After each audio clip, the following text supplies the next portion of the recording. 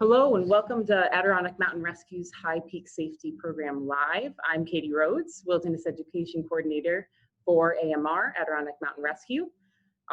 First, I'd like to thank the Petzl Foundation for their assistance in making our public education programs possible. And also thank you all for being here with us. It's so important to stay educated, stay knowledgeable, and stay safe in the backcountry. And we're hoping to give you some information today to help you do that more efficiently. All right. Go ahead and get my cursor here. Okay, so we have 7 modules we're going to go through today. We'll start with a quick introduction, who we are, what we do. We'll go into being prepared, which is one of the most important Leave No Trace principles. Hiking in the age of COVID, unfortunately, we do have to have a discussion on this because it is our reality today.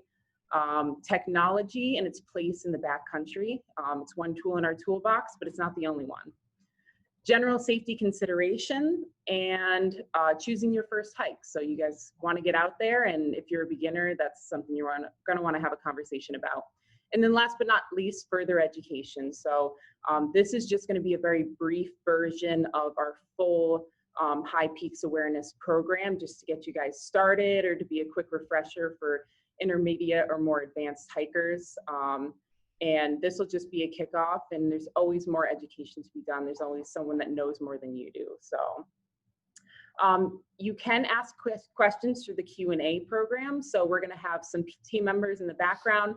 They're gonna be answering questions through the Q&A. And if there's any specific questions that we feel are appropriate for the entire audience to hear the answer to that might add benefit, then we'll go ahead and take a moment, pause and answer those. So, all right, so go ahead and get started. What is Adirondack Mountain Rescue? Who I am? What's in it for you guys? Why are you gonna sit through this presentation with us? And then of course, a quick disclaimer. So Adirondack Mountain Rescue is a wilderness and technical search and rescue team. We're based out of Clifton Park, New York. We operate in the Adirondacks, the Catskills, or really wherever we're requested to assist in search operations. And we are proud members of the New York State Federation of Search and Rescue Teams. If you do want to learn more about the Federation or other teams in the Federation, please visit www.nysfedsar.org. We are a volunteer search and rescue team, and we are a 501c3 corporation, meaning we're a nonprofit. A lot of what we do is based on donations from local corporations and from local individuals that find value in our services. So after today's presentation, if you found any value in what we have to say and the knowledge we bring to you, we do encourage you to go to our website and make a donation, whatever you're capable of doing. We do not charge for rescue operations, so we really do rely heavily on our donations. So myself, Katie Rhodes, I am the Wilderness Education Coordinator for Adirondack Mountain Rescue. I am Wilderness Education Association Outdoor Leader Accredited. It's a mouthful. I'm also certified in Wilderness First Responder. I'm an assistant instructor for Wilderness First Aid. And I'm formally trained in a number of different backcountry related topics, things like land navigation, winter mountaineering, Leave No Trace, outdoor recreation risk management, incident command system, things of that nature. I have over a decade of experience hiking throughout the US, New Mexico, Arizona. My stomping grounds are the Adirondacks, so quite a bit of experience there. I do most of my guiding in the Adirondacks, and I've also done a little bit of mountaineering in Iceland. And I am currently acting as a licensed guide with Northern Ridgeline Wilderness Solutions out of Albany, New York. So that's my background. Our public education programs through AMR, once again, hosted or sponsored by Petzl. We owe them a great deal in that aspect. We're going to continue to do such programs as this and release a number of different videos. Our goal really is to empower and educate individuals that are looking to get into the backcountry. Education is really the key to driving down some of the impacts that we're seeing in the Adirondacks, we believe. So we're going to continue these initiatives. So this is a little bit of an old slide from 2016. We're still working on getting some of the updated data. If anything, these numbers have risen probably pretty dramatically. Unfortunately, the New York State Forest Ranger numbers have not fluctuated much. If anything, they have been decreased. Please keep in mind the Adirondack Park is the same size as Yellowstone, Yosemite, Grand Canyon, Glacier, and Great Smoky Mountains National Parks combined. And search and rescue calls are at an all-time high. So we really need to take it upon ourselves to educate, and not only ourselves, but those around us, and make sure we're driving down the overall number of search and rescue operations that are occurring, so that we're not damaging fragile ecosystems and utilizing resources that are limited. So what's in it for you? This program is designed to help you become a more confident, safe, and competent hiker. This is important not only for your safety and enjoyment, but also to make sure that resources are used in an appropriate manner. You'll receive information that may not be intuitive, but we're hoping that you don't have to make the same mistakes as some others have in order to get that knowledge. Your hikes will be more enjoyable, comfortable, safer, and less stressful. And your chances of being hauled out of the woods on a stretcher will be greatly reduced, and we'll all thank you for that. This is a quick disclaimer. Unfortunately, in this era, we do have to make one. Hiking is dangerous. This program, sitting through this program, does not make it less dangerous, and participating in outdoor activities is something you do at your own risk. So just something to keep in mind. All right, so we'll get to the good stuff. We'll start with the second module here, being prepared. It's of the utmost importance. It's the most important part of the hike, and it happens at home.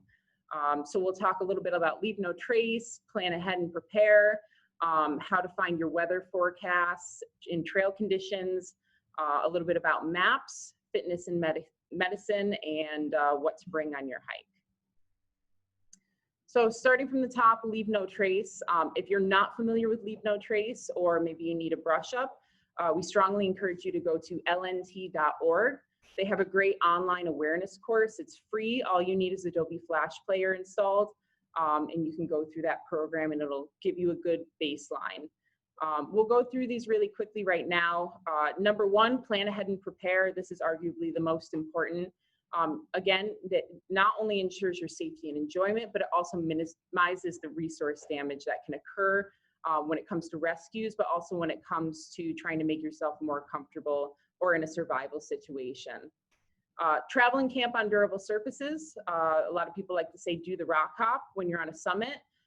It's important to stay off sensitive alpine vegetation, so staying on that durable rock surface.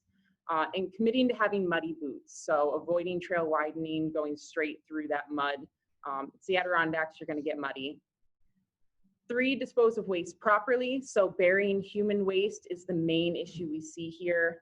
I can't tell you how many hikes that I've been out on where I've had to actually stop, and sometimes up to a dozen occurrences where I've had to bury human waste that I found on the side of the trail. It's unsightly, and it's not just going to break down. So digging a cat hole 6 to 8 inches deep is the general consensus.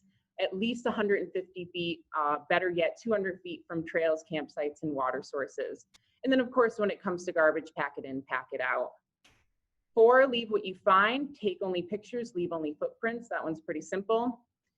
Minimize campfire impacts. So building fires only in legal existing fire rings is what we encourage. Keeping them small, extinguishing them completely before departing. It's so important. Just recently, I think it was a week and a half ago, in the Siamese Ponds Wilderness, we did have a small forest fire that wiped out about half an acre associated with a campfire that was left unattended. Don't let that be you. And then of course, using only down and dead wood. Respecting wildlife, so observing from afar, giving them a wide berth, storing food securely, and keeping garbage and food scraps away from animals. A fed bear is a dead bear. I think we've all heard that before. It's more true now than ever. We need to make sure that we're keeping an eye on our food storage. And then of course, be considerate of others. Excessive noise, uncontrolled pets, damaged surroundings take away from the natural appeal of the outdoors. So keeping that in mind. And then COVID also plays into this. So being respectful of keeping your distance and wearing a mask when appropriate. So planning ahead is the most important part of your hike. It starts before you even step out your front door, and it ensures that you will be prepared for any unexpected problems. So the first thing I do when I'm planning an outing is I grab my trail map and I take a look at that. What does the mileage look like? What are the potential trailheads you could leave from? What does the elevation look like? That sort of thing. Your memory is not going to be reliable. You may encounter changes to the trail, reroutes, bridges out, things of that nature. So you really want to make sure that you have a hard copy reference point. You also want to make sure that you understand your pace. So how long are you going to be out there? What are the daylight hours? If you don't have a historical pace to rely on, my go-to is a calculation of 2 miles per hour plus 1 hour for every 1,000 feet gained. That's a pretty basic calculation that most people fall within.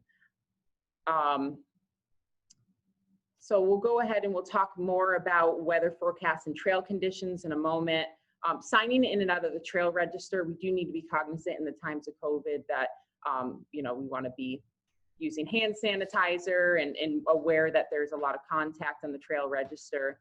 But it is important to sign in and out so that the rangers are aware of who's present, what the numbers were for resource allocation purposes.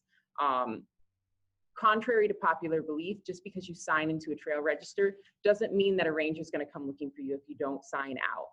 This is really more of a reference for them. If there is a missing person that's reported, they'll give a call to those individuals that had entered the trail around the same time as that person. And then always leaving a detailed itinerary with someone that you trust. That could be a family member, that could be another hiking buddy, somebody who understands what you're going to do, where you're starting from, what your basic itinerary is, and then when you plan to be out of the woods within reason. So forecast resources, it's so important to check weather not only at the trailhead, but at the summit as well. I see this mistake quite a bit. Folks will take a look at the weather at the trailhead, they'll pack accordingly, and then they'll be surprised when they're hit with you know, gale force winds or significantly reduced temperatures at the summit, and they're just not prepared for those conditions. We recommend using either mountainforecast.com or weather.gov/btv/mountain. Both of those are reliable sources. Take a look for the particular mountain or range that you're going to be visiting and make sure that you understand the forecast. There can also be, in especially the Adirondacks, last minute storms that are coming through, lightning storms especially, that you're not anticipating necessarily based on the trailhead weather. Trail conditions are important to understand as well. There are a number of different resources. You can reference the DEC website for the wilderness area specifically that you plan to visit for trail or road closures, beaver activity that may lead to flooding, bridges out, things of that nature. And those will give you the official reports. Then of course you have the day-to-day, week-to-week changes associated with the trails and some of the subjective information you can find online. Adirondack Backcountry Hikers Facebook page, Hiking the Adirondacks Facebook page, the High Peaks Foundation forums. Those are all great subjective resources. But remember, just because you read it online doesn't mean that it's true. So you really need to take some of that feedback with a grain of salt.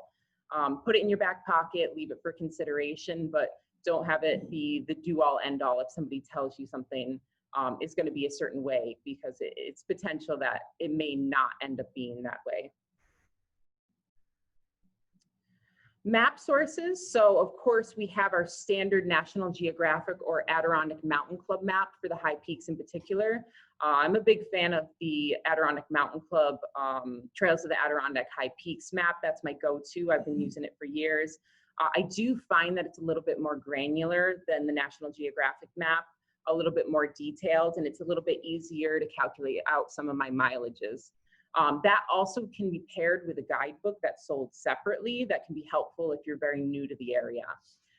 If you don't have access to these maps, or maybe you're on a tight budget, you can always go to caltopo.com. This is a great resource for really anywhere in the US. You can go ahead, zoom in, and create your own customizable map that you can easily use with a compass and protractor. You can scale it however you feel is appropriate and capture whichever trails are appropriate for your trip. Fitness and medications.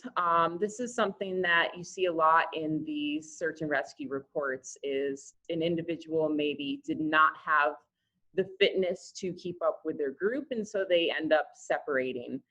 And that's when things tend to go bad. So it's really important to be mindful that whoever you go out with in your group, unless you have a plan ahead of time about breaking away from each other if paces don't match up, you really have to be maintaining a pace that's good for the slowest person in your group. They're setting that pace. Especially in the winter mountaineering requires a much higher level of fitness than mountaineering in the warmer seasons. So if you're with someone that's less experienced, they may not be able to travel as quickly as they're used to. Planning for the return trip is also a huge factor. A lot of folks get to the summit and they go, hey, I've done it. And in reality, you've only gone halfway. Now you have to get yourself back to the trailhead safely. Exhaustion can set in, as well as a number of other factors. If you're with somebody or you yourself take medication and it's something that is important for you to continue exerting yourself, that's something you need to consider as well. So bringing a backup EpiPen, for example, keeping that warm in the winter months, an additional inhaler, which again needs to be kept under insulation. Anything that's crucial for you to continue to move forward, you need to make sure that you have enough to keep you going, and that you're keeping it in a state where it's going to continue to function. The 10 essentials, this one is huge, and the Rangers really encourage us to kind of hammer this one home. Two concepts associated with the 10 essentials that I want you guys to keep in mind. First of all, 2 is 1 and 1 is none. So if you have one of any of the 10 essentials and there's a failure or a loss, then you're going to be in a difficult situation. So we want to make sure that we're considering each of the 10 essentials. We should have at least one backup for them, whether that's something that's carried by your hiking partner, or if you're solo, you're carrying redundancy within your system. 2 is 1 and 1 is none. Also, bringing more than you think you need when it comes to things that are consumable, such as food, water, illumination, first aid supplies. Of course, there's a careful balance here. You don't want to have a 50-pound pack on your back, but we do want you to be considering that bare minimum is not the best principle. So starting from the top, the 10 essentials, navigation, of course, is going to be one of the most important things that you can consider. Map and compass is always encouraged.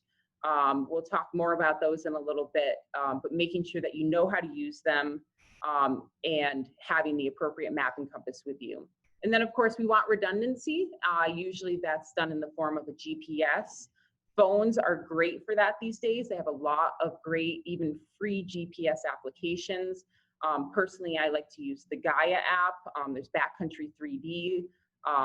Some folks like to use All Trails, although I do caution you that there can be inaccuracies in that one. Again, phones and technology in general are a great resource, a great tool in our toolbox, but it cannot be the only one. There have been a number of individuals I've found on trails that are blindly following their phones, and because there is sometimes a lack of service, electronics can fail you. They've still continued to take wrong turns or gotten themselves lost or turn around. So just blindly following your phone is not good practice. Nutrition, again, bringing more than you think you need. I do recommend at least 200 calories per hour for women. Men, sorry, I can't give you a specific number. I'm assuming it's going to be a little bit more than that. And we want to focus on carbs, not just sugar. We do have a quick question, so I'm just going to take a pause and we can live answer a question. Yeah, so Mel is asking, how do you balance having everything you need in your pack, not being too heavy? Yeah, that's a good question, and I think the answer is going to be a little bit different for everybody. For me personally, my focus has always been on building my fitness so that I can carry a little bit more. My hiking partners joke that I'm a pack mule. You know, that's something that you're going to have to explore for yourself. I would think that within reason, you should be able to carry on your back everything that you need. +1 is probably where your mind should be at. So if you've got, you know, your food that you're bringing for your your trip that day and you throw in one extra granola bar, one extra tuna packet with olive oil, and just that one additional could be what you need to keep yourself going or to help someone else that you find on trail out. All right, good question. And then we have another question just asking, so that I can add it so they can actually see it and refer to it, is the other navigation suggestions you had other than all trails. Yes, so the other navigation suggestions for your phone, Gaia is the application that I generally use. Backcountry 3D is also a popular one, and Backcountry Navigator. So those are really the three that I see used quite a bit that tend to be accurate. And they're also going to be much more granular than like your handheld in-reach GPS. So especially if you're doing a lot of winter mountaineering and you're breaking trail and you really need that granularity, those are going to be probably your go-to with your map and compass backup, of course. All right, so moving right along, hydration. Personally, I always carry a filter. I use a Sawyer Squeeze. I find that to be a lightweight, pretty effective way to make sure that I'm drinking filtered and non-contaminated water. Also a backup, again, redundancy. For me, that's iodine. So I always keep a set of iodine tablets, break out a couple extras for every day hike. They weigh next to nothing. I keep those in my emergency pack. You want to shoot for at least 1 liter for every 2 hours of activity. That's kind of bare minimum. You're going to feel thirsty in the summer. It's probably not going to be too much of an issue to get yourself to drink. But remember, in the winter, you're not going to feel thirsty, most likely because of the temperatures. You need to keep that intake up. So just being cognizant of how many liters that you've consumed. And also being aware that your hydration systems themselves can fail. So my solution to that has always been I carry a hydration bladder as well as a bottle. And that way, if there's a failure with my bladder, I have my bottle as the backup and vice versa. I also find that a water bottle is much easier to fill up at natural sources. So that's kind of my solution there. Fire, so a lighter, greatest invention that mankind has ever come up with. Lightweight, effective, even in cold temperatures and rain. So a lighter and tinder is really my go-to from a fire aspect. So know how to use it before you go out, and we'll talk about that more on additional slides, so I won't go too much into that now. Shelter, for day hikes, this could be just a lightweight bivvy and an emergency blanket. Again, we're gonna go into that a little bit more later. Illumination, a headlamp with spare batteries. There's absolutely no reason on any day hike of any length that you should not be packing a headlamp with spare batteries. When folks get stuck out in the dark, they never expect to get stuck out in the dark, and you won't either if it happens to you. So no matter what I'm doing, even if I'm going for, a 30-minute trail run next to my house, there's always a headlamp with spare batteries in my pack. First aid, you want to think about the most likely injuries that can occur. So you don't need a huge honking first aid kit necessarily, but you want to think about, on my outing, what is the most likely occurrence? That's probably going to be cuts, scrapes, abrasions. Puncture wounds are very common, to the hands, to the eyes. Sprains and strains, fractures and breaks, things of that nature. SAM splints are generally recommended. I do assistant teach wilderness first aid, and that's something that we go through pretty thoroughly. They can help you get yourself out. They can help to stabilize someone who has a fracture or a break or a severe sprain until rescue help can come. A compression wrap I always carry with me. That can be just enough support for you to get yourself out if you're suffering a severe sprain or strain. I also carry what's called vet wrap. It's the wrap that they use at the vet's office. It sticks to itself. That paired with bandages or gauze can be a great way to kind of universally take care of any sort of scrape, abrasion, cut that you have. And then also applying compression so that the bleeding will stop. Of course, none of this is going to help you if you don't know how to apply it before you go out. So again, educating yourself on that ahead of time. Repair, so for me, that's going to be duct tape, because duct tape fixes everything. zip ties, and then patches for tents, inflatable sleeping pads, things like that. Depending on what gear you carry and what's most likely to break, that might be a different repair kit for you. So that's just something you need to think about ahead of time. What gear do I have with me, and what kind of gear failure will really ruin my trip and put me in danger? And then that should be dictating what's in your repair kit. Insulation, bring one more layer than you think you need. So even in the summer in the Adirondacks at the summits, bare minimum for me is one fleece layer and a hard shell. And a hard shell really can help to retain body heat pretty significantly. So that raincoat's not just for rain, it's for wind, it's for cold temps, it's for retention of body heat. It goes in my pack no matter what I'm doing. Again, even if it's a 30-minute trail run right next to my house, I have my headlamp, I have my hard shell at all times. And then last but not least, we have sun protection. This is something you're probably going to think about in the summer, but even in the winter, sunburns can occur. They can reflect off the snow, so it's something to keep in mind. So sunscreen, possibly a brimmed hat, UV chapstick, and then even in the summer, consider covering your skin with a breathable layer. So Outdoor Research, I think, has a great UV hoodie that fully covers the arms and comes with a hood that you can put up to provide some protection to your face. So we do have another question. We're going to go ahead and pause and take that. All right, so Jonathan is just wants a repeat of everything in your first aid kit that you listed, because it went by kind of fast, you can catch everything. And then if you just go slow enough that I can type it to them so that they can actually read it on their screen, that'd be great. Yeah, absolutely. So this isn't everything I carry in my first aid kit, but these are some of the basics that I definitely recommend for pretty much everyone. A SAM splint, compression wrap, a vet wrap is what it's called. And then I also generally will carry EMT gel. It's almost like new skin. It's great both for humans and for pets. And you can apply that in areas where maybe a bandage wouldn't be as effective. It'll dry and provide a layer of protection. So those are just a few of the things. My full first aid kit is much more robust than that as a guide. I probably carry more than most people would or should. All right.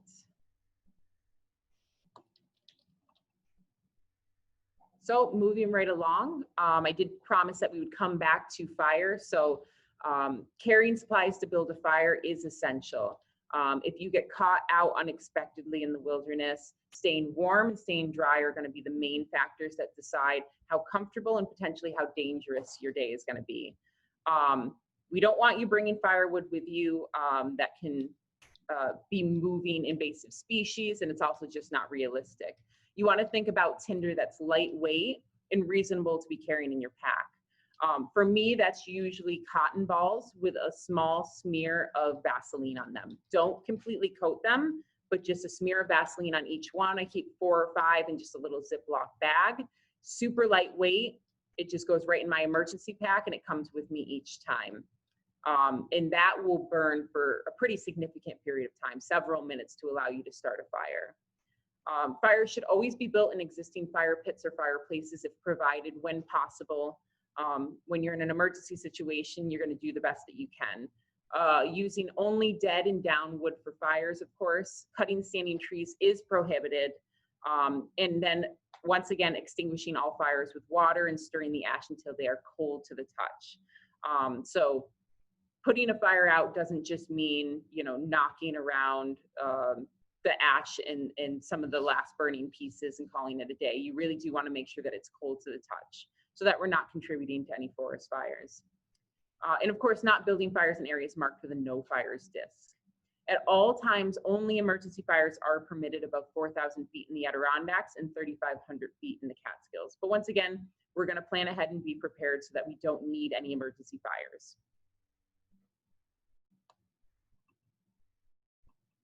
Sorry. We have some repeat requests, if I can get some answers. Yeah, absolutely. So we'll take a pause and do that. Okay, so a couple people asking about the water filtration. Mm-hmm. Sharon asks what filtration you use besides the iodine tab. She missed the brand of the filter. Okay, yep. So the question was, what filter do I use besides the iodine tabs, which I use as my backup? I personally use the Sawyer Squeeze. I found that to be a lightweight and effective filtration system. It's pretty robust as well. Saweyer. Yes, that's correct. Yep. Yeah, so John's putting that in the chat for you. And then Carolyn would just ask if you could just repeat what you said about the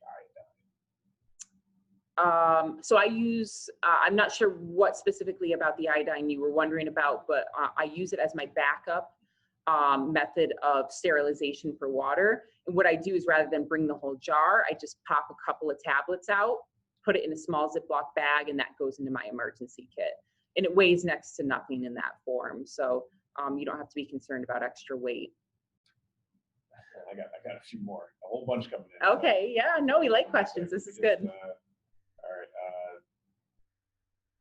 So Stephanie was just asking if you could repeat what layers you wear/pack. Okay, so the question is about layers and packing various layers.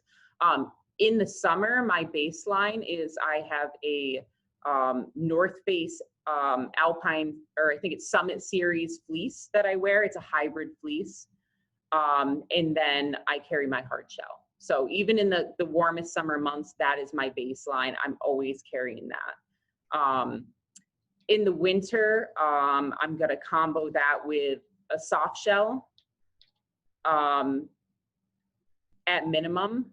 And then I would work my way up from there depending on what the weather conditions are. Probably an additional fleece layer on top of that if it was really the dead of winter. But again, always the hard shell is always in my pack, no matter what I'm doing.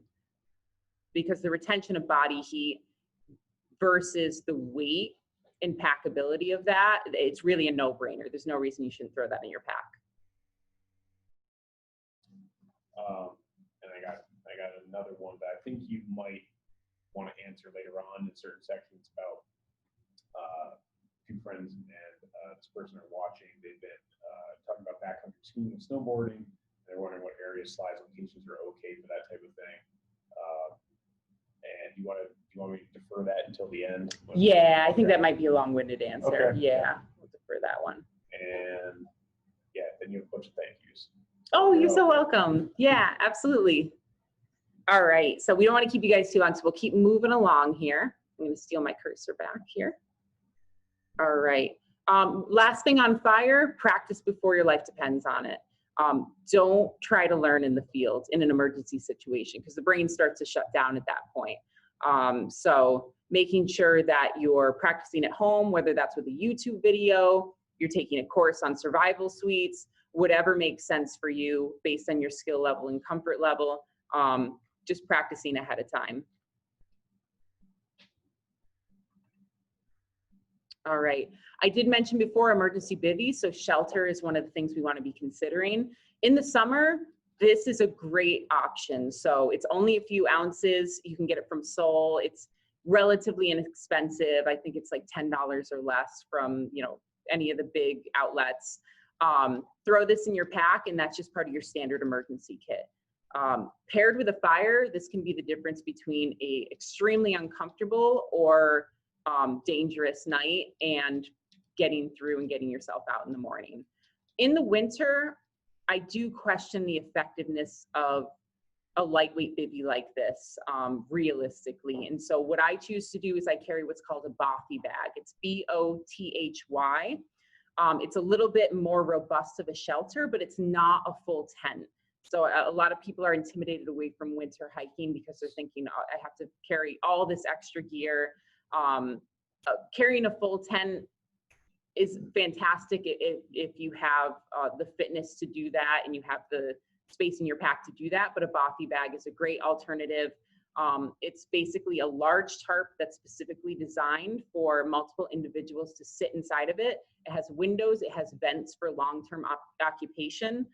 It'll retain your body heat, and it also will wrap underneath you so that you have some semblance of insulation from the ground. So in a winter emergency situation, I find that that's really more of a realistic scenario to be using as an emergency shelter, especially if someone's injured and you're not going to be moving for long periods of time. And then also just if, you know, if someone is experiencing anxiety associated with poor weather, or you just need a little bit of extra shelter, or you're trying to take a break and you're finding that people are cooling down too quickly, that's a great thing to pull out and just have as an additional insulation layer for everyone. And with all the body heat inside, it does stay quite warm. So again, that's a Bothy bag, B-O-T-H-Y. All right, on to module 3, hiking in the age of COVID. It's unfortunate we have to have the discussion about this, but this is our reality. So some things that we want to consider is crowding in popular areas, especially the high peaks, is our reality now. I think the latest statistical analysis said 33% increase in hikers in populated areas. It's great that we have more people getting outside that are inevitably going to become advocates for the outdoors, but we also have to be cognizant of it and how it affects our resources and how it affects being able to maintain social distancing. So considering that when you're making your plans, and considering also the potential for limited amenities. A lot of bathrooms, water sources, stores are closed or with altered hours right now. So we want to make plans for that so that we're not, you know, for example, improperly disposing of human waste because we're in a desperate situation. So updating your 10 essentials to include things like face coverings and alcohol-based hand sanitizer.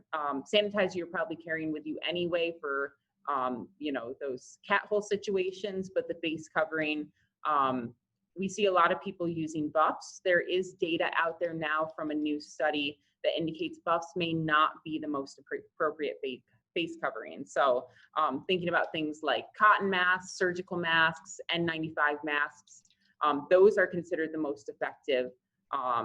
So carrying those with you to be respectful of other hikers, considerate of other visitors, that is one of our leave no trace principles.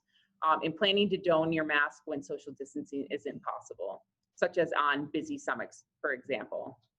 The DEC is asking us to play smart, play safe, and play local. So that's another consideration is, you know, there hasn't been official guidance given on what local is. It's going to be different for everyone, and you need to decide what your comfort level is. But it is something for consideration when you're making your plans. All right, on to technology. Technology has become an important part of our lives. We're surrounded by it, and it is, again, a very important and useful tool in our toolbox, but we can't rely on it too heavily. And this is one of the things that when we speak with the local rangers and the high peak rangers, that they are giving us feedback that they see this quite frequently when it comes to rescue scenarios, where folks are blindly relying on their technology, in many cases their phone, to follow their GPS, and it's leading them astray, it's failing them, and they're not having any redundancy in that system. So GPS units can be problematic, whether it's your phone or an actual GPS unit, such as the inReach. Especially in cold weather, you can have failures, you can have battery failures, you can have a situation where your GPS is no longer connecting with the satellites that it relies on for its data. It's not updating properly. You can have software failures. The list goes on and on. Just because you have not had a failure in the past doesn't mean that it couldn't happen or that it won't happen. The other thing is keeping them charged can be a challenge in the backcountry, so we want to make sure we're using power save mode whenever possible. Whenever I'm relying on my phone GPS, I always make sure I put it into power save mode and I put it into airplane mode so that I get as much extension on that life as possible. And then, of course, we need to make sure we have redundancy by carrying a map and compass and knowing how to use those, because they are, at the end of the day, much more reliable than our GPS units. Learning how to use them ahead of time is really going to be the difference. You can get yourself into more trouble if you think you know how to use your map and compass and you don't actually. They do much more than point north, and they can be a very reliable way to navigate through the backcountry if you have the skills to do so. Unfortunately, those skills are extremely perishable. So if you're sitting there saying to yourself, I'm good because I took a map and compass course 3 years ago, so I carry those with me and I'm all set. I'm willing to bet if you were in a real scenario where that was your only reliable source of navigation and you were unsure where you were, that's probably not going to work out for you. It's a very perishable skill. So practicing that every few months is really going to be crucial to make sure that that is something that could be useful in a real scenario. All right, we do have a question, so we're going to pause and take that real quick. All right, so rightfully so, we have a lot of questions on how to get more map and compass education. Yes. Refresher courses for people who have already taken it. Yeah. And where they can get like real maps to carry with them, like what's the best place to get the most current map data, and then how to initially learn map and compass, and then refresh your skills, like where to get that information. Yeah, so we do have a slide coming up that is going to speak to that, which actually I think it's my next slide, which would be super convenient. Here we go. Perfect. All right. Thanks for that. So a little bit self-serving, but Northern Ridgeline, the organization that I guide for, is run by and instructed by AMR Field Preparedness Training Director Chad Simpson. So I assist with him on several of these courses. We do offer a land navigation and map and compass course that's available. Adirondack Mountain Club and LL Bean both offer workshops for map and compass training. And then online resources are very prevalent. So Googling some of this stuff is going to be the best way to just kind of get your feet underneath you. It can be a little bit intimidating at first, but the basics of map and compass honestly aren't overly complicated. And there's some great just basic YouTube videos out there from reliable sources that'll just kind of get your feet underneath you. Again, it's a perishable skill, so it's so important that once you start to build the skill, you're using it on a regular basis. So I really encourage people to grab their compass, grab their map, head out into a safe place, you know, a small park or nature preserve, forest area that has some really solid backdrops, and practice the skill. But just making sure that, you know, you're aware of the backdrops that you have. You know, once you get to the river, you've hit this point. You know, when you have the road to your west and this trail to your east, you're kind of boxed in and you're not able to get yourself into a predicament where you're actually unsure of where you are. So just having those safety nets at first, and not getting frustrated. I mean, it takes years to develop some of these skills to really be nuanced in the way that map and compass can navigate you to a specific point. So even a small amount of error is going to get you to a very different location when it comes to map and compass. So being patient with yourself, starting with a large destination, a large pond or lake or something like that to navigate to, and then kind of narrowing down from there and seeing how precise that you can get. Did I answer all of those questions? Yes, we also have a lot of thank yous. Okay, you are so welcome. All right, I'm going to keep moving along, and John will keep answering some questions for me in the background. All right, headlamps is the next one. I know I harped on this a little bit, but the Rangers have specifically asked us to talk about some of these items, so we'll continue to reiterate some of these points. Plans change, and you don't want to be caught in the wilderness without a light source. This is one of the huge drivers of rescue missions, especially in the high peaks. Individuals will be perfectly fine to get themselves out, but it's too dark and they don't have a light source. And guess what? Your phone's going to die real quick, especially if you're trying to navigate with GPS and use it as a light source at the same time. Backup batteries are huge as well. You want to make sure that you have that level of redundancy in something that's as important as illumination.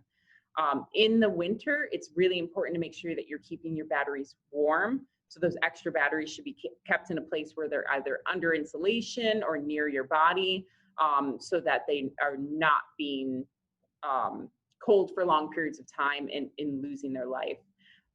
Also in the winter, alkaline batteries are going to be your friend. So making sure you make that investment in the winter, it is worth it. They will last much longer and they'll be much more reliable for you. Newer headlamp models are very efficient and can last for hundreds of hours. So they are quite reliable, and they also tend to feature a lock function. If you're in the market for a headlamp, I highly recommend you look for something with a lock function so you don't accidentally run down the battery if it gets turned on. Let's say it gets bumped around or jostled in your pack, and something with at least 200, probably closer to 300 lumens. That's a lot more than a lot of people carry with them, but remember, your headlamp, your illumination is your only source of vision in the backcountry at night. So I really like to err on the side of caution and use something with a higher lumen. And it's not that much more money to purchase something like that. So the other thing to consider is in the backcountry, it gets very, very dark very early in the evening. So well before twilight, when you're embedded in the trees, you're going to lose any semblance of vision that you may have, especially if you're someone who lives in the city and you're used to that kind of background illumination. That's not something that you can rely on. It's going to be pitch black by the time the sun is setting, especially in the winter months. So you want to make sure you have that reliable illumination ready to go ahead of time. About half hour to an hour before sunset, I tend to take mine out of my pack, put it around my neck, wear it like a necklace. It's very fashionable. And also then it's ready to go so you're not rifling through your pack in the dark. Personal locator beacons, or PLBs. These track your movement and allow you to send a distress signal to emergency responders if you find yourself in need of rescue. Newer models can send messages via satellite so friends and family know you're safe. So if you're someone who likes to hike solo, or maybe you have very concerned friends and family that aren't hikers and don't understand, this can be a great option for you. Many also provide a tracking link that you can give to others so they can view your progress in near real time. Personally, I carry the Garmin InReach, and I always give my tracking link to my husband. And not only does that stop him from worrying about me, because I do like to go out solo sometimes, but also he has a lot of fun tracking along, and he really feels involved with my outings. So that's something, especially if you have, parents or grandparents that maybe live vicariously through you, that can be a really bonding thing that you can do with them. Most PLBs cost less than $200 and require a service plan, which generally starts around $8 per month. It's going to vary between units. However, there have been problems lately all over the country resulting from people sending distress signals intentionally when emergency situations don't exist. So we want to make sure we're not using this as a safety net. This is for true emergencies only. Many states have fined for this, and some will fine you even if you have an emergency situation because you're relying on resources to compensate for hiker unpreparedness. Those that are familiar with New York State policy, they do not fine for that scenario, but there are some states that do. So that's something to be aware of if you're traveling nationally in order to do some of your hiking. The FCC can also fine you up to $112,500 for use in a non-emergency situation. And there was a scenario with the first PLB use. It was an individual out of Cleveland, Ohio. He was in the Adirondack solo canoeing on a trip. He was rescued by the U.S. Army Air Ambulance on November 14th, 2003. And then unfortunately was rescued again 2 weeks later. So at that point, he was arrested, charged with making a false report, and posted on $10,000 bail. So this is something that they take very seriously, and we want to make sure that we're only activating it in a true emergency scenario. All PLBs, it should be noted, in the United States need to be registered online at beaconregistration.noaa.gov. So we want to make sure if you are purchasing a PLB for use, that you make sure you go ahead and register. All right. In case of emergency, you also have the option of calling 911. So cell phones will only transmit at the lowest power required for call quality and only try to establish service at common transmission power. So what this means is that even if you don't have service, or it doesn't appear that you have service, you should go ahead and try to make a call to 911 because cell phones are set up so that they will use a higher transmission in the instance of an emergency call. They'll automatically transmit at its maximum capable power. So while a connection can't be guaranteed, it's much more likely that a 911 call will connect when other calls maybe won't. Or it doesn't, or the cell phone doesn't believe it has service. Modern technology in some cases can triangulate the location of a phone from cell towers. However, in the mountains, this technology is not very reliable, so we don't want to, rely on that situation to occur. There is also a specific number for the Raybrook DEC dispatch. That number is 518-408-5850. So it's highly recommended that you go ahead and put this into your phone if you're going to be hiking specifically in the High Peaks region, and that will bring you directly to the Raybrook DEC dispatch center, so that it's a more direct emergency call. All right, on to general safety considerations. So there are many safety concerns while hiking. It's an inherently dangerous activity, but by educating ourselves and being prepared for these scenarios, it's much less likely that we'll encounter a dangerous situation or require rescue. So we'll go through some of the most common safety considerations that we should be keeping in mind here. Proper hydration. Dehydration affects many, many hikers. And as I mentioned earlier, it's just as important in the winter as it is in the summer. Contributes to environmental related illness. So especially in the summer, it can be a contributing factor when it comes to heat exhaustion, heat stroke, and other serious conditions like that. The best method of staying hydrated is to pre-hydrate. So start drinking before you even hit the trail. For me, this generally starts about a day and a half before my journey starts, because that allows your body to be fully hydrated before you even get out there. Periodic hydration, so keeping hydrated throughout your hike, making sure that you're considering water sources, and if it's been a dry summer like it has this summer, that you're considering the potential for dried up water sources and not getting yourself into a bind. Some of the most wet areas of the Adirondacks, for example, the Northville Placid Trail, are experiencing dried up water sources right now, and that's not something that we generally see, so just keeping that in mind. And then, of course, post-activity hydration. So when you're done, you're not done hydrating. You need to replace the fluids that you've lost. So making sure to hydrate, and of course, consider electrolytes as well. So you don't want to displace your electrolytes so much that you actually cause an imbalance in your body. That can cause electrolyte sickness, and that can be on the other end of the spectrum and cause just as much of an issue.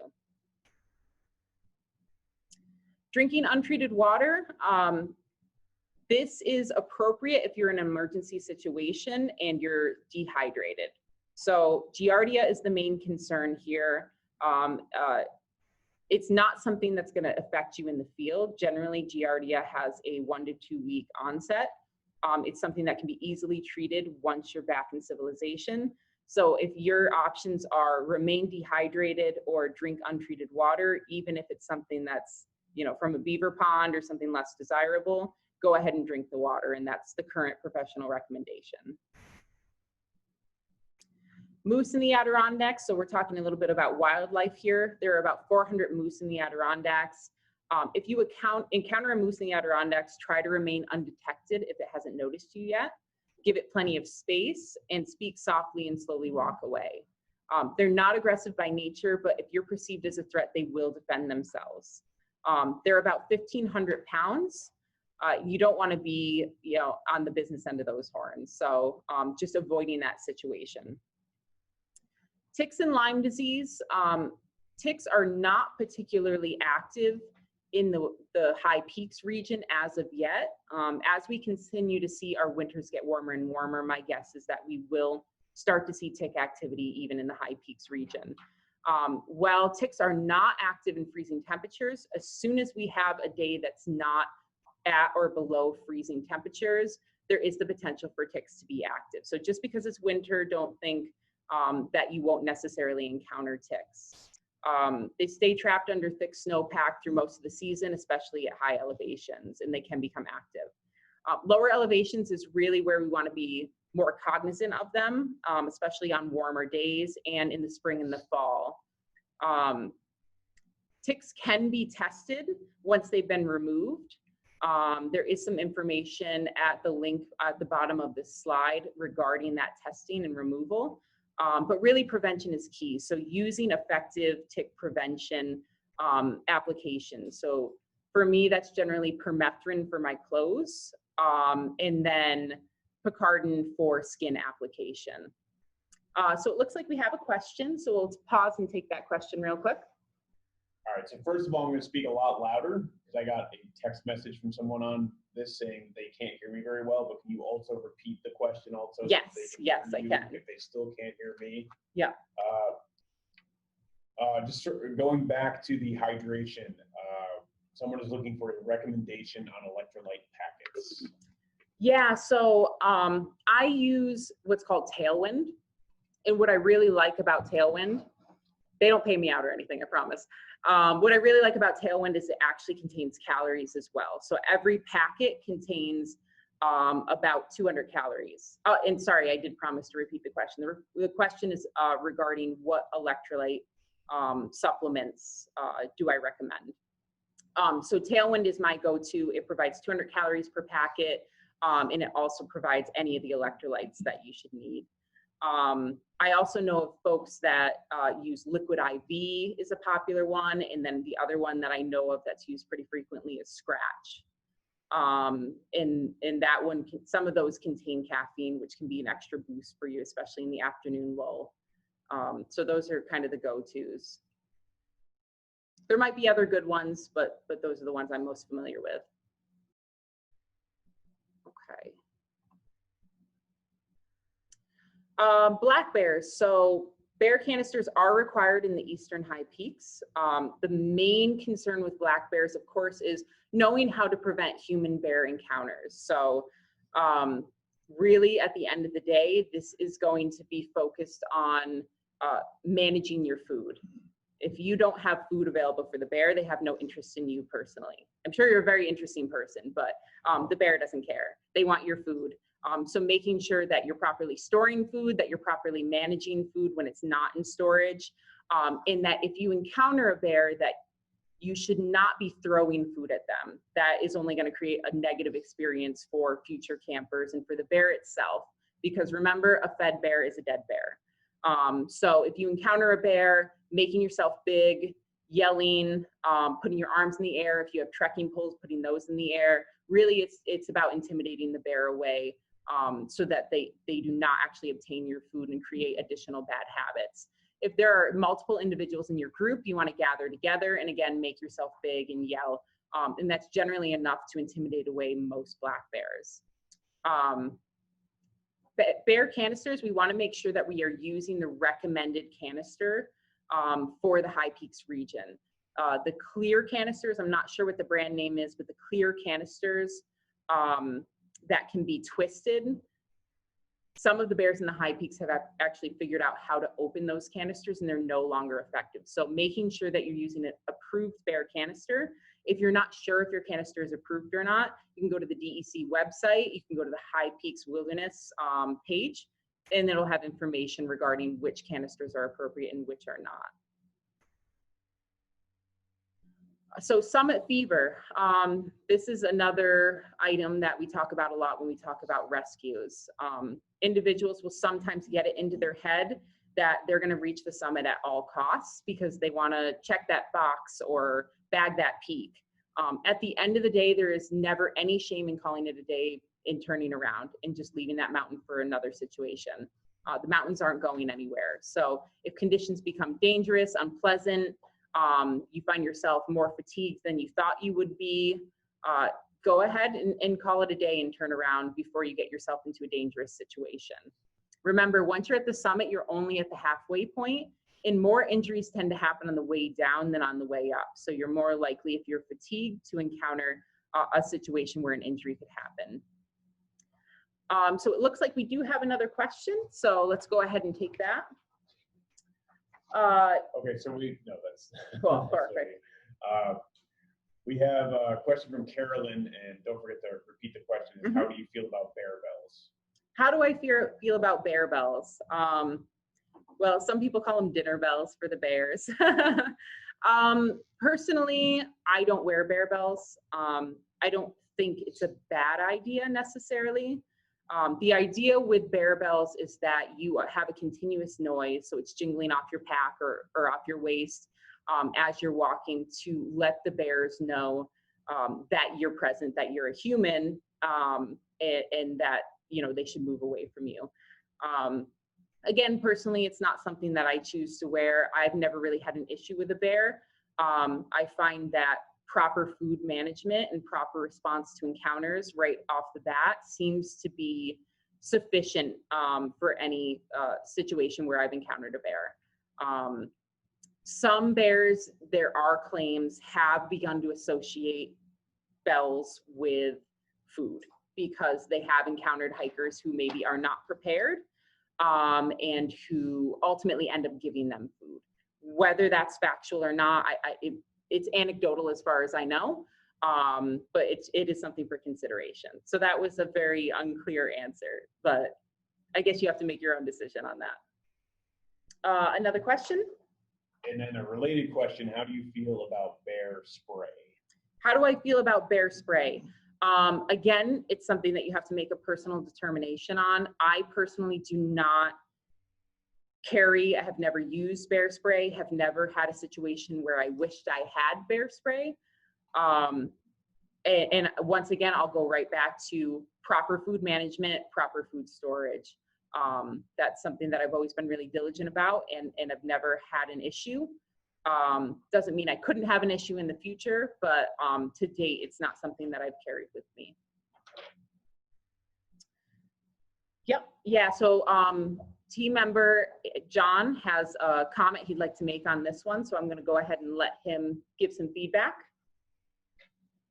Hold on 1 second, everyone, while I come in frame. No, it's okay, you know.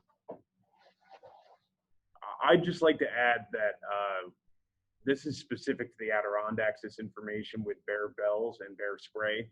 If you're hiking somewhere with grizzly bears, it's a different situation. Bear spray is probably going to be your best defense if you're somewhere out west. If you fly into Jackson Hole Airport, you can literally rent bear spray at the airport. It's that important. So just keep in mind that Katie's advice is specific to the Adirondacks. Awesome. Thanks, John.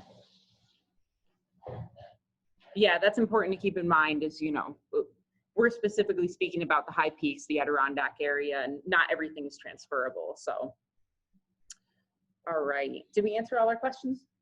Yeah, everything else is private, but I can. Okay, perfect. All right, so we'll keep moving along here. If you get lost or injured, hopefully this never happens, but it's important to understand what you need to do. So it can be a very scary situation. The first step is always going to be to keep calm. For me, that's going to be stop, take a breath. And that can be the difference between making a rash decision and getting yourself more lost or in a dangerous scenario and calming down and making the correct decision. So taking that deep breath moment.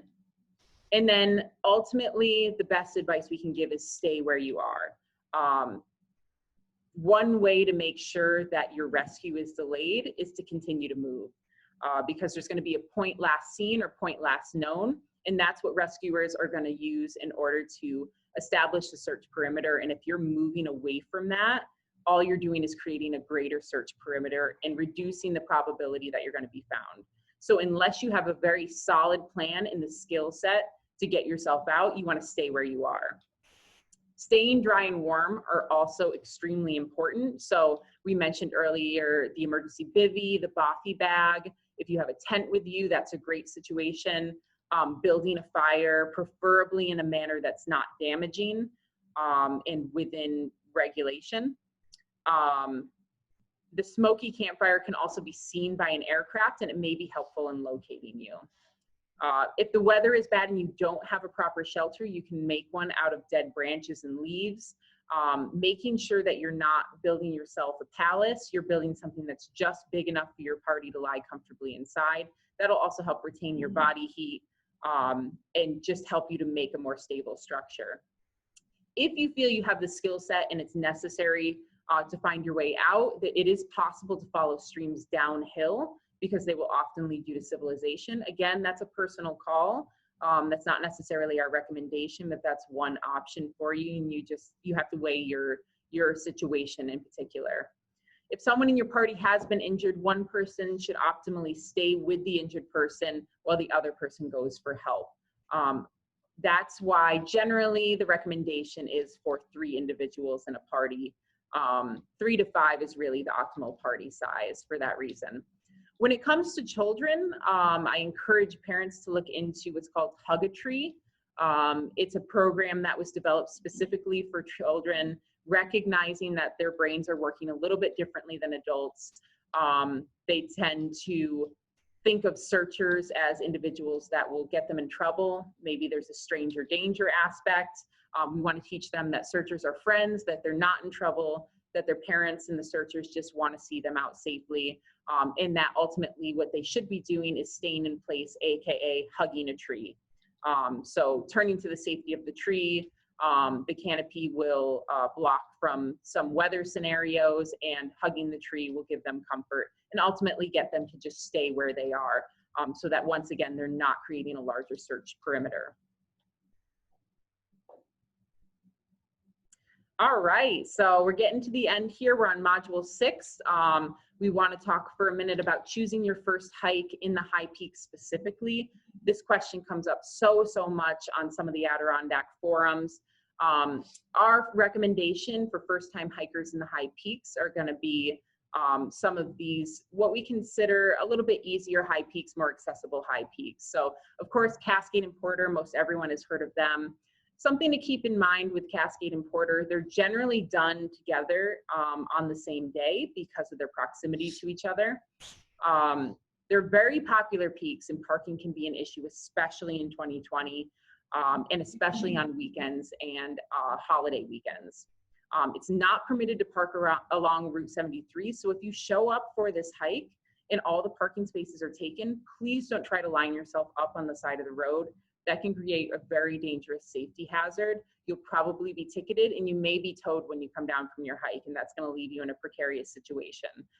So just making sure if you choose this hike and the parking's not available, that you have a plan B lined up. Right is another great option. Again, parking at the Adirondack Lodge, which is the trailhead for this peak, can be an issue.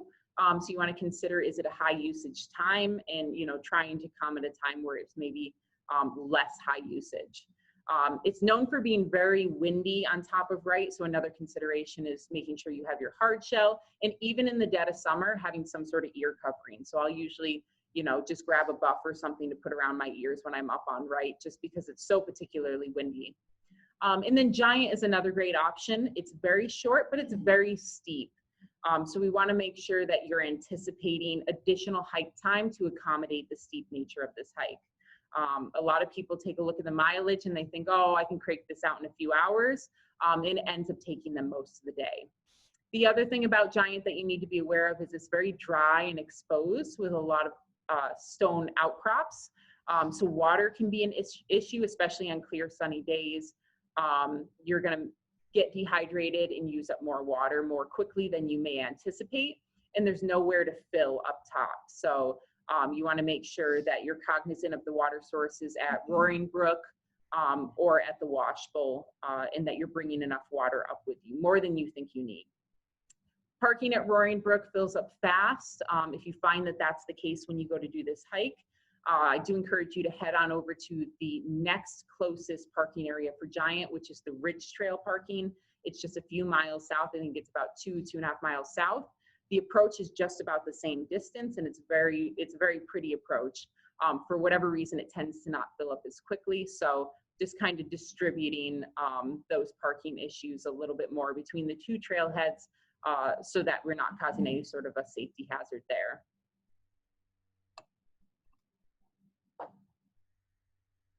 All right, so further education, we talked about this a little bit. We do recommend that individuals go ahead and go outside of this presentation and educate themselves on wilderness first aid, wilderness first responder, mountaineering, and then there's some great books out there just for you to flip through and kind of have as reference material. One of the best ones out there is Mountaineering, The Freedom of the Hills. I own it myself, and I find myself flipping through it on a regular basis just for reference items on various topics. So that's a great one to invest in. For medical training, Wilderness First Aid is really designed for outdoor enthusiasts. It's typically about 16 hours of training. It's offered by Northern Ridgeline, Solo Wilderness Medicine, Wilderness Medical Associates, and then Adirondack Mountain Club. Those are some of the most popular in the area. Wilderness First Responder is going to be a little bit more robust. It's designed for professionals who spend a large amount of time in the wilderness. And so it's probably a little bit overkill for most of the individuals just looking to get outside. For mountaineering, Adirondack Mountain Rescue, follow us on Facebook. We are always posting information, further education, just about general mountaineering and things to consider. Eastern Mountain Sports does have a school. You can find them at emsoutdoors.com that features various training programs on mountaineering topics. Cloud Splitters Mountain Guides, High Peaks Mountain Guides, Chauvin Guides International, International Mountain Climbing School, RMI Expeditions, and Alpine Ascents International are all options for you. All right, so that's most of the material we have for you guys. We want to take a minute to thank our sponsors. Again, Petzl Foundation, Saratoga Construction, Goldman Sachs, and Dot Block. Our sponsors really help to make our mission possible, so we appreciate their support. We're just going to take a couple more questions here. Yeah, so we have a few questions. I'm going to try to speak up, so but you still might have to repeat them anyway. Yeah, no problem. Tell how well they can hear them. Yep. First of all, anybody who has a question, now is the time to get it in so that we can get it in the queue and get it answered before we finish the webinar. And I see a couple people with their hands raised. Just go ahead and submit a question directly through the Q&A and we'll address your questions that way. So I'm going to bring this back to the one we queued up before. This person is wondering, and I don't know if your expertise covers this, it's what areas, slides, or locations are okay for backcountry riding and skiing, and also if there are any books or knowledge for avalanche areas that pertain to the Adirondacks. I know a big one is usually Bright, but I don't know about that. Yeah. Anywhere else. So the question is on backcountry skiing, appropriate slides for that, and then areas to get information on that. I'm not much of a backcountry skier, so this is definitely outside of my area of expertise. So unfortunately, I can't be super helpful on that particular question. I don't know if, John, you have any thoughts? The only thing I'd reiterate is that Wright has had multiple avalanche fatalities. Yeah. So it's one place where if there's an avalanche risk, definitely that's usually where to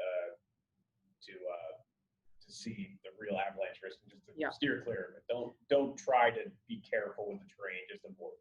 Yeah, so avoiding Wright because that's where we've seen quite a few avalanches. And then of course, Avalanche Pass, there's no skiing, hiking, anything else on that terrain for obvious reasons based on the name.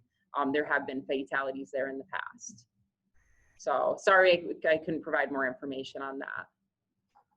All right, another one I have is parking more accessible during the week at the Adirondack Lodge?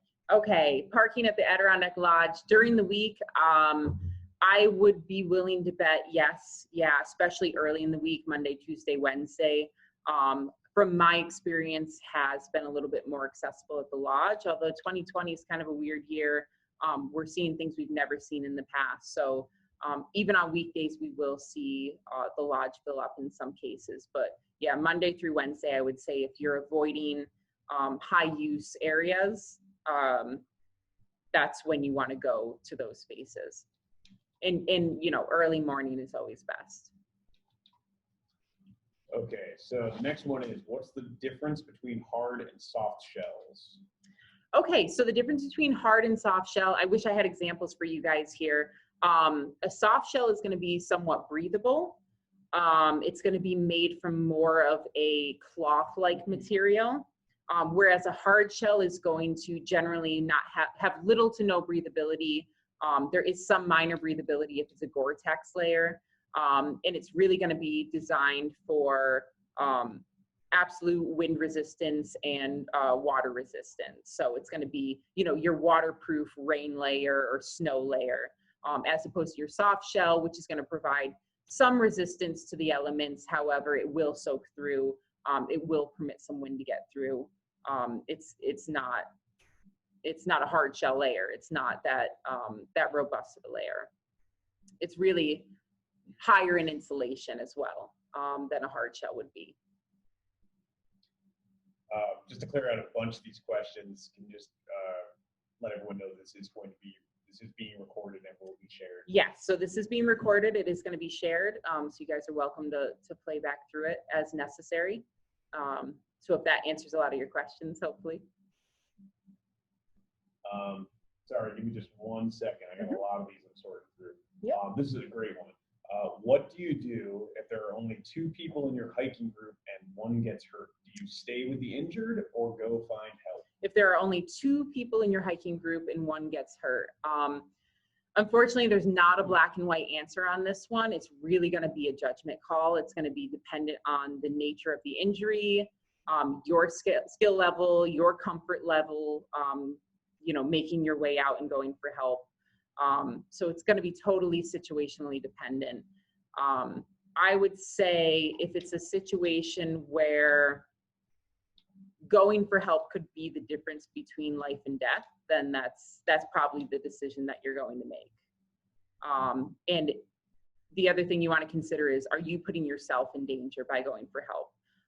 If you're with someone that's much more experienced and you don't know your way around a paper bag and you're not familiar with the map, or maybe you don't have one and you're likely to get yourself lost or injured, or it's becoming dark, you probably want to stay put, and you don't want to create an incident within an incident by trying to go for help. So sorry, I can't give a yes or no answer on that, but it really is situationally dependent.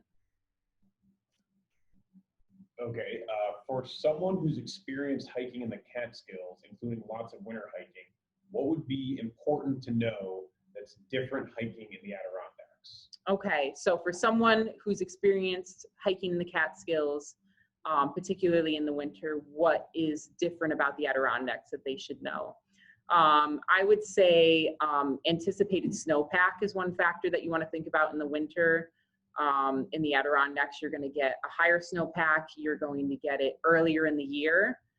You're also going to be getting ice earlier in the year. So that's something I actually didn't mention, which this is a great leeway. Ice in the Adirondacks, we've already experienced on some summits. So starting in, I would say, early to mid-September, depending on the year, right through May, microspikes should be in your bag. It's not, should microspikes be in my bag, they're there and they're going to stay there throughout this portion of the year. They're only a few ounces. You don't need to go on Adirondack Backcountry Hiker and ask if microspikes are needed. I promise it's not going to break your back to have them in your pack. Put them in your pack September through May and just have them.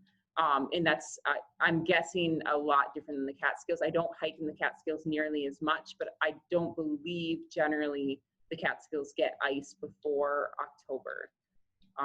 So that's one of the major factors. Like I said, snowpack. So whether or not you're bringing your snowshoes, that's going to be a factor that your judgment may be distorted if you're used to being in the Catskills and you show up in the Adirondacks in the same time frame.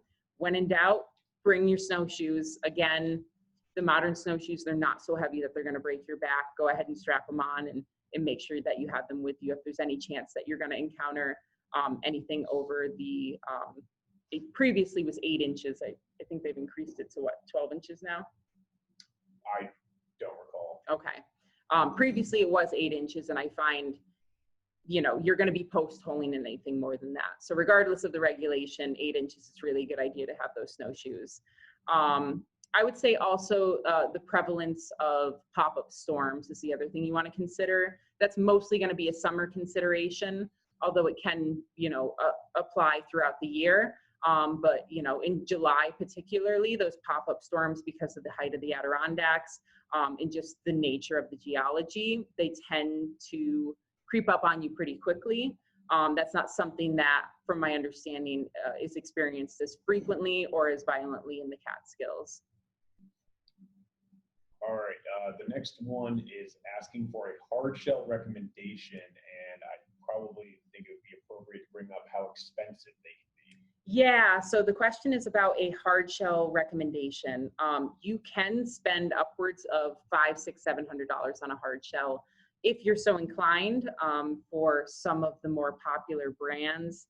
Um, the brand that I use, particularly in the summer, is extremely lightweight. It's completely waterproof, so they don't mess around with Gore-Tex. They have completely waterproof.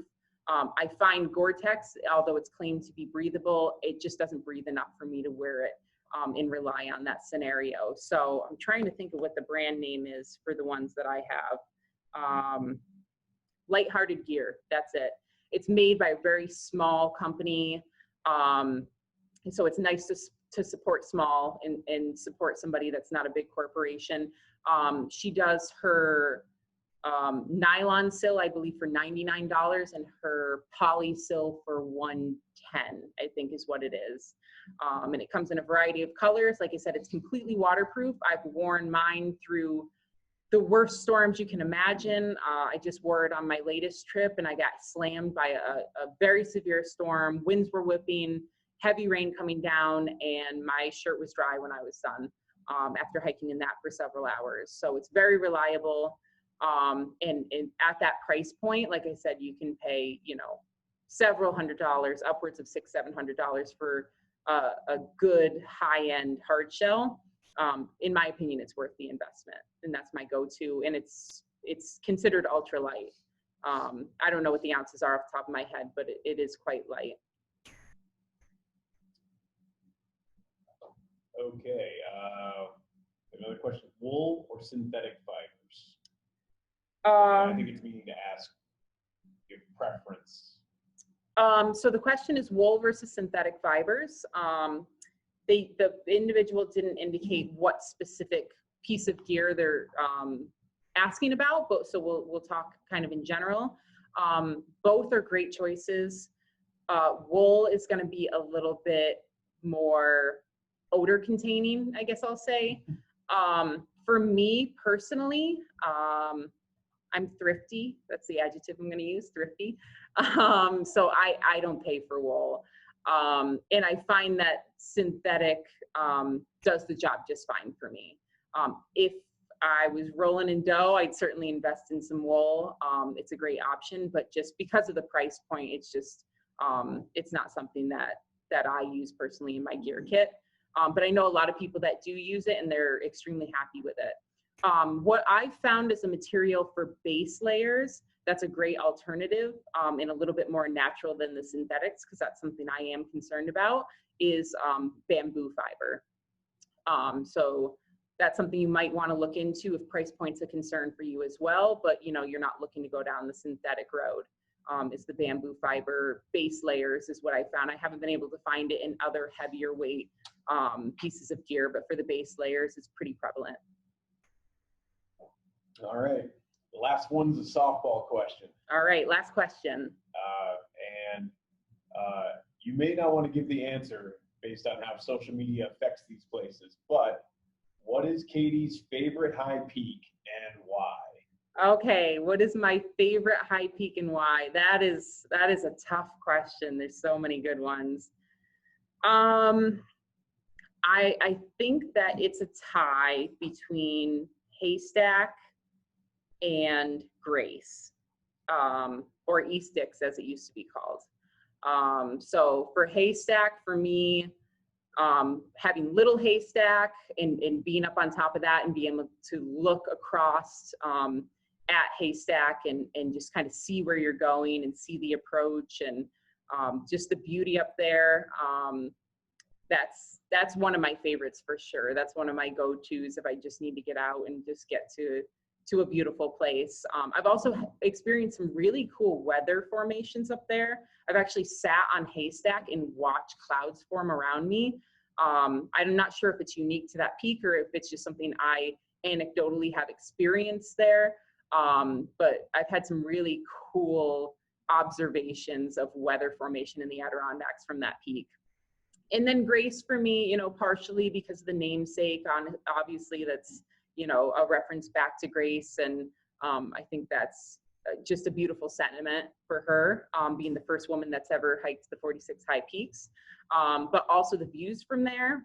If you go off the peak and over to the view that's available to the west, that's one of my absolute favorite views in the Adirondacks. You can actually see Marcy kind of poking out behind some of the other peaks that you've probably already climbed that day in the range. And the entire Dix Range for me is just a very spiritual place. I always feel a lot of strength from hiking up in that range. There's something about it that really empowers me and makes me feel on top of the world. So that's one of my favorite places to go. All right, that's it, Katie. We're getting flooded with thank yous. Oh, you're great so job, welcome. and people who enjoyed the presentation and people who are excited for the next one. Awesome, very cool. Yeah, definitely join us again. We'll be doing more of these public outreach presentations, and you know, keep the questions coming. We'll stick around for a few minutes and we'll try to answer anything you guys have.